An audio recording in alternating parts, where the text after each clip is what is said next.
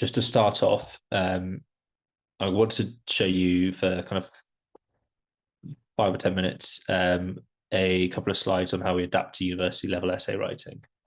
And this is some advice that's been provided to me by Cambridge University. So yeah, hopefully it provides some use to you as well.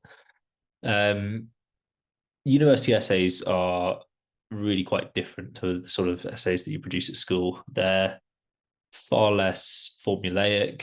They require you to show original thought rather than sort of reproduce the curriculum that you've been learning. And therefore, I just want to highlight some things here. So, Cambridge have said that much of the content rests on the fact that essays that you wrote in school or college differ from these university essays. And one of these big differences is that an A-level essay is like your last word on the subject, okay?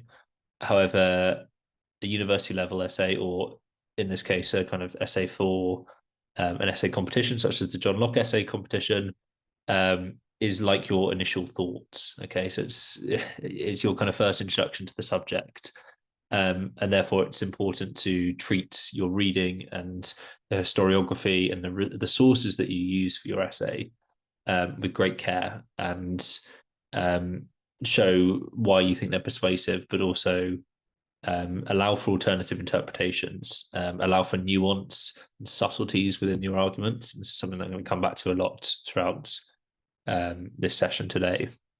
Okay, it's of course important to provide an answer to the question, but that answer can be complex, it can be nuanced, it can sort of not, it doesn't have to fall one way or the other on the arguments. It's important, of course, not to sit on the fence too much, but you can very much see the kind of answer as a bit more of a spectrum. Okay, and therefore this essay is almost like a work in progress.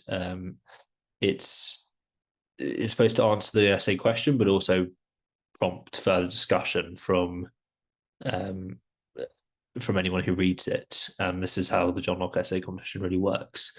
And